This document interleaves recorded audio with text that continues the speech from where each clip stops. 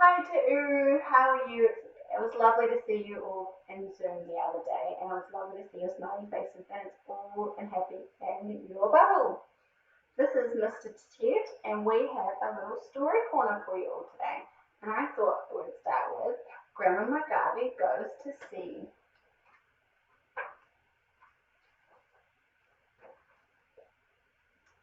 When Grandma McGarvey needed a rest, she had a big cold and a pain in her chest. She didn't sit lemon or take to her bed or stretch herself out on this couch. Instead, she loaded the car with liquor gear, a pirate parrot, some bottles of beer, a compass, a cutlass, a couple of pails, and a hammock that Grandma had bought at the sales. The strings she noticed were not very tight, so her bottom was sure to poke through the tide. Then she gave a sly smile and did a wee jig. This could be the start of something big, she said as she planted her name with zinc. Where do you think? It was when Grandma McGarvey rode out to the tide. She stood at the helm with a dog at her side. She gazed at the compass and called to the crew, "Ahoy there, my hearties! There's work we must do. All hands on the wheel. Let's give this a crack." But the dog looked as he'll get rather turned back. He sung through the deck and did something stare, and the parrot started to swear. So Grandma McGarvey trimmed all the nails and chopped up the riggings and bagged in some nails. She used to fix it, it's all got broken. Oh, is a storm coming? Then high on the mast she narrowed her eyes as she noticed the waves beginning to rise and threatening clouds were starting to form. "I hope we're not heading straight into a storm," she said, as her heart began to sink. "What do you think?" They were when Grandma McGarvey sailed into a squall. Torrents of rain were beginning to fall, and she was waves reeled up and came thundering down while the parrot was shrieking, "We're going to drown!" The dog was whimpering under the stair, and the whales were straining and threatening to tear. "Oh no, what's going to happen?" And the boat started pinching from starboard to port, and the parrot stung her shoulder with squawks of alarm, and the dog did something disgusting all over her sock. "At least," said Grandma, sniffing a curse, "there's something possibly get any worse." What do you think? "Oh no, it's raining, it's pouring." They did when Grandma McGarvey opened her eyes. The waves had returned to comfortable size, so she tidied the deck and straightened the sails and bailed out the boat with the battered old pails. And when it was done, she muttered, "At last, I think we can say that the danger has passed." "Think again," shrieked the parrot and pointed its wing, and Grandma, behold, the most terrible thing! Do you see? Her knees began knocking, her eyes open wide. A man-eating shark had loomed aside. "Oh no!" The skin was all slimy, his eyes were blood red, and the razor-sharp teeth flashed white in his head. It opened its mouth with a gluttonous grin, swooped over the deck, and sank its jaws in. Then Grandma shouted, "We're not finished yet. I'll teach you a lesson you'll never forget." She grabbed a rail, reared up her toes, and whacked a pail upon his nose. "Serves him right for eating the boat, do you think?"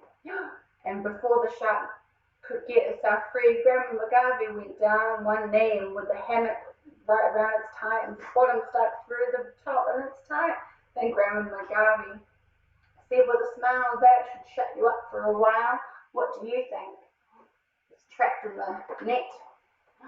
It did when Grandma McGarvey headed for home. She saw it in the waves and she flashed through the foam. And then she came within the sight of the land. She could see Jessie on gathering band. They were clapping and cheering and raising a cheer. The folks, even the councillor was there. So Grandma McGarvey blew them a kiss. "They'll probably give me a medal for this," she said as she waved and skipped them a wink. They did. Thank goodness, because they're safe from the shark now.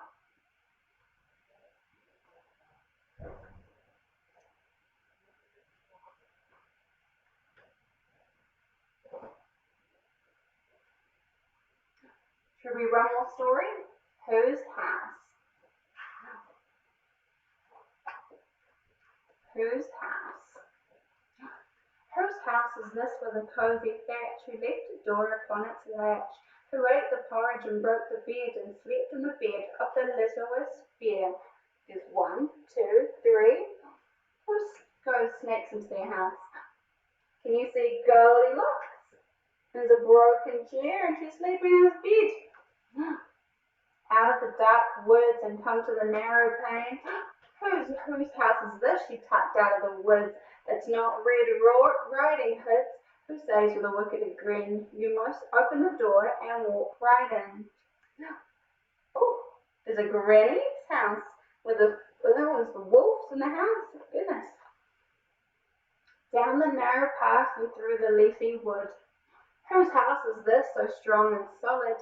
It keeps out wolf when he is horrid, who says, not by the chinny chin chin will I open the door and let you in. Is the wolf coming?